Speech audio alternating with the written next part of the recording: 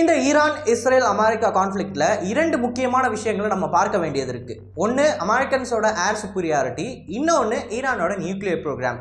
இந்த ரெண்டு விஷயத்துல இப்போ எந்த நிலைமையில என்னென்ன இருக்கு அப்படின்றது தான் தெளிவாக நம்ம பார்க்க போறோம். இந்த காணொலியில மிக முக்கியமானது இரண்டு விஷயங்களையும் தெளிவாக பார்த்து முடிச்சுட்டு அதுக்கப்புறமா கருத்துரையில உங்களோட கமெண்ட்ஸை போடுங்க. அதற்கு முன்னாடி ஒரு பார்ட்டியை பேசுனதை மட்டுமே வச்சுக்கிட்டு கமெண்ட் செக்ஷன் பக்கம் வராதிங்க.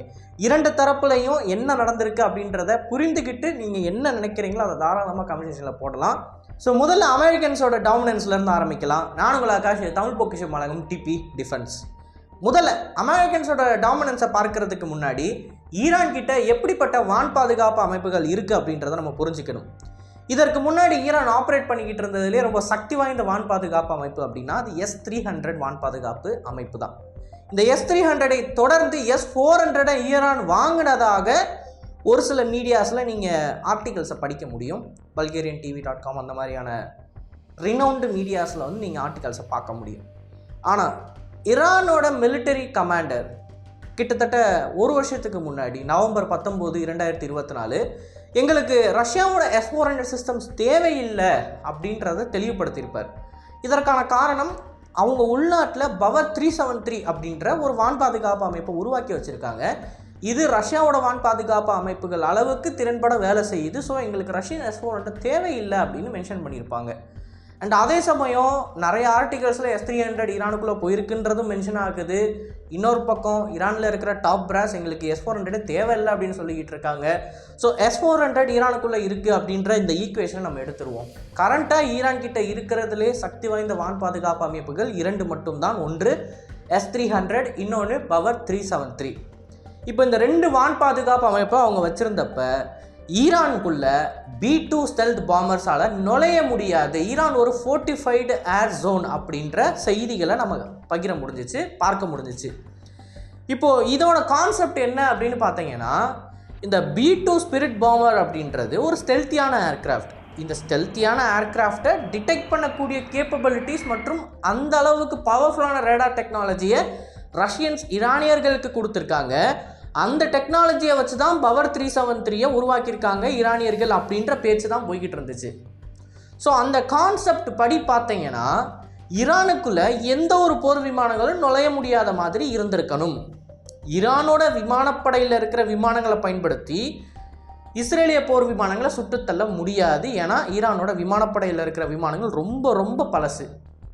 பட் ஈரானோட வான் பாதுகாப்பு அமைப்பை பயன்படுத்தி இஸ்ரேலோட ஃபைட்டர் ஜெட்ஸ் ஈரானுக்குள்ளே நுழைய முடியாமல் செய்ய முடியுமே அப்படின்ற இந்த ஒரு கருத்து எல்லாராலையும் பகிரப்பட்டுக்கிட்டு இருந்துச்சு, இன்க்ளூடிங் என்னை சேர்த்து.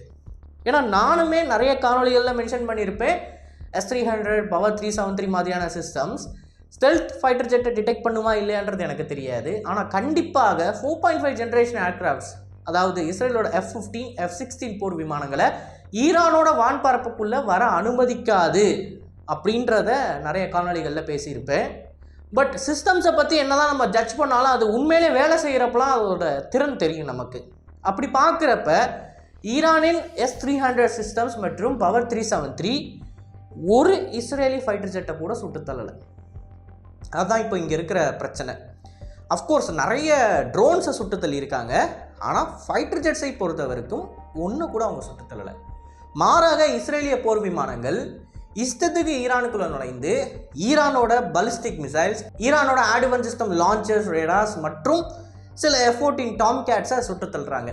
இந்த F-14ஸை பொறுத்த வரைக்கும் இதெல்லாம் மார்க்அப் கிடையாது, இதெல்லாம் ஆக்சுவலாக பறந்துக்கிட்டு இருக்கிற F-14 டாம் கேட்ஸு. நீங்கள் வீடியோவில் பார்த்துக்கிட்டு இருக்கிற ஆர் இப்போது ஃபோட்டோஸில் பார்த்துக்கிட்டு இருக்கிற டிஸ்ட்ராய் ஆகப்பட்ட F-14s எல்லாமே ஈரானிய விமானப்படையை சேர்ந்த F-14s தான்.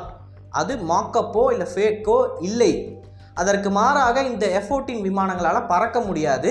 இந்த விமானத்தை எதற்கு ஈரான் அந்த இடத்துல நிறுத்தி வச்சுருக்காங்கன்னா, இதிலேருந்து பார்ட்ஸ் எடுத்து அவங்களோட பறந்துக்கிட்டு இருக்கிற விமானத்தில் போடுவாங்க. கேனிபலைஸ் பண்ணுறதுக்காண்டி இந்த விமானங்களை பயன்படுத்தியிருக்காங்க.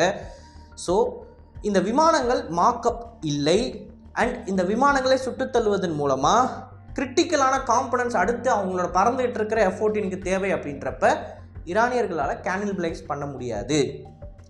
இதுதான் இங்கே இருக்கிற பிரச்சனை, இதை புரிஞ்சுக்கோங்க. ஸோ இஸ்ரேலே தனியாக ஈரான் மேலே ஏர் சுப்பீரியாரிட்டியை காட்டிட்டாங்க. அவங்களோட விமானங்கள் உள்ள சுலபமாக நுழைந்து பாம்ஸை போட்டுட்டு போயிட்டே இருக்குது. இது ஃபர்ஸ்ட் பாயிண்ட். இப்போது அமெரிக்கன்ஸோட B2 பாம்பர்ஸ் என்ட்ரி ஆகிறதுக்கு ஒரு ஹைவே மாதிரி இஸ்ரேல் போட்டு வச்சுட்டாங்க இல்லையா? அதற்கப்புறமா B2 பாம்பர்ஸ் உள்ள நுழையுது, அதோட வேலையை ப்ரிசிஷனாக செஞ்சு முடிச்சுட்டு கிளம்பிக்கிட்டே இருக்குது. அதுலேயும் குறிப்பாக ஃபார்டவ் அப்படின்ற நியூக்ளியர் ரீசர்ச் ஃபெசிலிட்டி மேலே அமெரிக்கன்ஸ் அவங்களோட பெனிட்ரேட்டட் பாம்ஸை போட்டுட்டு திருப்பி ரிட்டர்ன் போயிட்டாங்க அப்படின்றது ஈரானுக்கு ஒரு மிகப்பெரிய பிரச்சனை. ஏர் சுப்பீரியாரிட்டி. அமெரிக்கன் மற்றும் இஸ்ரேலி ஃபைட்டர் ஜெட்ஸ்க்கு எதிராக ஈரானால் ஒன்றுமே செய்ய முடியாது அப்படின்றது இந்த இடத்துல 100% நிறுவனமாயிருக்கு. இப்போ அடுத்த பாயிண்ட்டுக்கு நம்ம போகலாம். ஈரானோட நியூக்ளியர் ப்ரோக்ராமை பற்றி இந்த இடத்துல நிறைய இன்ஃபர்மேஷன்ஸை நம்ம பார்க்க வேண்டியது இருக்குது. ஃபஸ்ட்டு, ஈரானோட நியூக்ளியர் வெப்பன்ஸ் டெவலப்மெண்ட் ப்ரோக்ராம் அப்படின்றது பல ஆண்டுகளாக போய்கிட்டு இருக்கிற ஒரு விஷயம். கிட்டத்தட்ட 20 வருஷத்துக்கு மேலே இருந்து போய்கிட்டு இருக்கு. அவங்கக்கிட்ட சென்ட்ரிஃபியூஜஸ் டெக்னாலஜியை கொடுத்ததெல்லாம் யாருன்னு பார்த்தீங்கன்னா பாகிஸ்தான், நார்த் கொரியா மாதிரியான கண்ட்ரிஸ் தான். அந்த சென்ட்ரிஃபியூஜஸை பயன்படுத்தி தான் என்ரிச்டு யுரேனியமை உருவாக்கிக்கிட்டு இருக்காங்க. இப்போ அதில் ஃபார்டவ் அப்படின்ற ஒரு நியூக்ளியர் ரீசர்ச் ஃபெசிலிட்டியை கிட்டத்தட்ட 3 வருஷமாக கட்டி முடிச்சிருக்காங்க, $1.6 பில்லியன் செலவு பண்ணி. அந்த ரீசர்ச் ஃபெசிலிட்டிக்கு கீழே சென்ட்ரிஃபியூஜஸ் அப்படின்றது இருக்குது. மற்றும் ஈரானோட நியூக்ளியர் சயின்டிஸ்ட் எல்லாரும் நியூக்ளியர் வெப்பன்ஸை உருவாக்குற அந்த முயற்சியில் ஈடுபட்டுக்கிட்டு இருக்காங்க. இப்போ இந்த சென்ட்ரிஃபியூஜில் இருந்து உருவாக்கப்படுற ஹைலி என்ரிச்டு யுரேனியமை மீண்டும் மீண்டும் என்ரிச்மெண்ட்டுக்குள்ளே அனுப்பணும், சென்ட்ரிஃபியூஜுக்குள்ளே அனுப்பணும். அப்படி அனுப்பி ஃபைனல் ஸ்டேஜில் வர்றது தான் உங்களுக்கு வெப்பன்ஸ் கிரேட் யுரேனியம். ஸோ ஈரானியர்கள் அமெரிக்காவோட இந்த அட்டாக்குக்கு 2 நாட்களுக்கு முன்னாடி இந்த ஃபார்டவ் அப்படின்ற குறிப்பிட்ட நியூக்ளியர் பேஸில் மட்டுமே கிட்டத்தட்ட 16 கண்டெய்னர் ட்ரக்ஸை வெளியே நிறுத்தி வச்சுருக்காங்க அப்படின்றது சேட்டலைட் இமேஜின் மூலமாக இப்போ நமக்கு கிடச்சிருக்கு. அந்த இமேஜ் எடிட்டர் போட்டு விடாரு பாருங்கள் நல்லா. இப்போ இந்த இமேஜிலேருந்து நமக்கு என்ன தெரியுதுன்னா, ஈரான் அமெரிக்கன் ஸ்ட்ரைக்ஸுக்கு முன்னாடியே அவங்களோட ஹைலி என்ரிச்டு யுரேனியமை ஒரு இடத்துலேருந்து இன்னொரு இடத்துக்கு மாற்றிருக்காங்க அப்படின்றது தெரியுது. நான் கடந்த காணொலியிலே சொல்லியிருப்பேன், சென்ட்ரிஃபியூஜஸை எதுவும் பண்ண முடியாது, அதை அந்த இடத்துல விட்டுட்டு தான் போகணும். எக்யூப்மெண்ட்ஸ், சென்சர்ஸ், அதாவது இந்த என்ரிச்மெண்ட் ப்ராசஸுக்கு தேவைப்படக்கூடிய எக்யூப்மெண்ட்ஸ் எதையுமே மாற்ற முடியாது. ஜஸ்ட் அந்த ஹைலி என்ரிச்டு யுரேனியம் மட்டும் ஒரு இடத்துல இன்னொரு இடத்துக்கு கொண்டு போயிருக்க முடியும். அதை ஈரானியர்கள் தெளிவாக பண்ணியிருக்காங்க. ரெண்டாவது, ஈரானோட நியூக்ளியர் சயின்டிஸ்ட், ஏகப்பட்ட நியூக்ளியர் சயின்டிஸ்ட்டை இஸ்ரேல் கடந்த காலத்திலே கொண்டிருக்காங்க. இது ஒன்றும் புதுசு கிடையாது. இதுக்கு முன்னாடியே வச்சு கொள்வது, பாய்சன் கேஸ் அட்டாக் பண்ணுறது, அண்டு பக்கத்தில் போய் கன்று வச்சு அசாசினேட் பண்ணுறது, இந்த மாதிரி ஏகப்பட்ட முயற்சிகள் இஸ்ரேலின் மொசாடால் ஈரானின் நியூக்ளியர் சயின்டிஸ்ட்டுக்கு எதிராக பண்ணப்பட்டுக்கிட்டு தான் இருக்குது. இது ஒரு பெரிய ஹிஸ்ட்ரி. அதனால தான் ஈரான் இவ்வளோ தூரம் டிலே ஆகிக்கிட்டு இருக்குது நியூக்ளியர் வெப்பன்ஸை உருவாக்குறதுக்கு. தடை மேலே தடை போட்டுக்கிட்டே இருக்காங்க மொசாட். இப்போது அமெரிக்கா பண்ண இந்த பாம்பிங் மட்டும்தான் எல்லாரும் பேசிக்கிட்டு இருக்காங்களே தவிர, வருஷக்கணக்கில் ஈரானோட நியூக்ளியர் வெப்பன்ஸ் ப்ரோக்ராம் மேலே சாபோட்டாஜ் அப்படின்றது இஸ்ரேலால் பண்ணப்பட்டுக்கிட்டே தான் இருக்குது. ஸோ அதுபடி இப்போது கரண்ட்டாக இறந்துருக்கிற ஈரானியன் சயின்டிஸ்ட் எல்லாத்தையும் மேற்கோள் காட்டி, அதாவது நியூக்ளியர் சயின்டிஸ்ட் எல்லாத்தையும் மேற்கோள் காட்டி ஈரானோட நியூக்ளியர் வெப்பன்ஸ் ப்ரோக்ராம் வந்து முடிவுக்கு வந்துருச்சு அப்படின்னு நம்ம சொல்ல முடியாது. ஏன்னா பாஸ்ட்டில் இந்த மாதிரி நிறைய சம்பவம் நடந்திருக்கு. அது எல்லாமே ஈரானோட வெப்பன்ஸ் ப்ரோக்ராம், அந்த என்ரிச்மெண்ட் ப்ரோக்ராமை டிலே தான் பண்ணியிருக்கே தவிர ஒரு தடவை அதை முடிவுக்கு கொண்டு வரலை.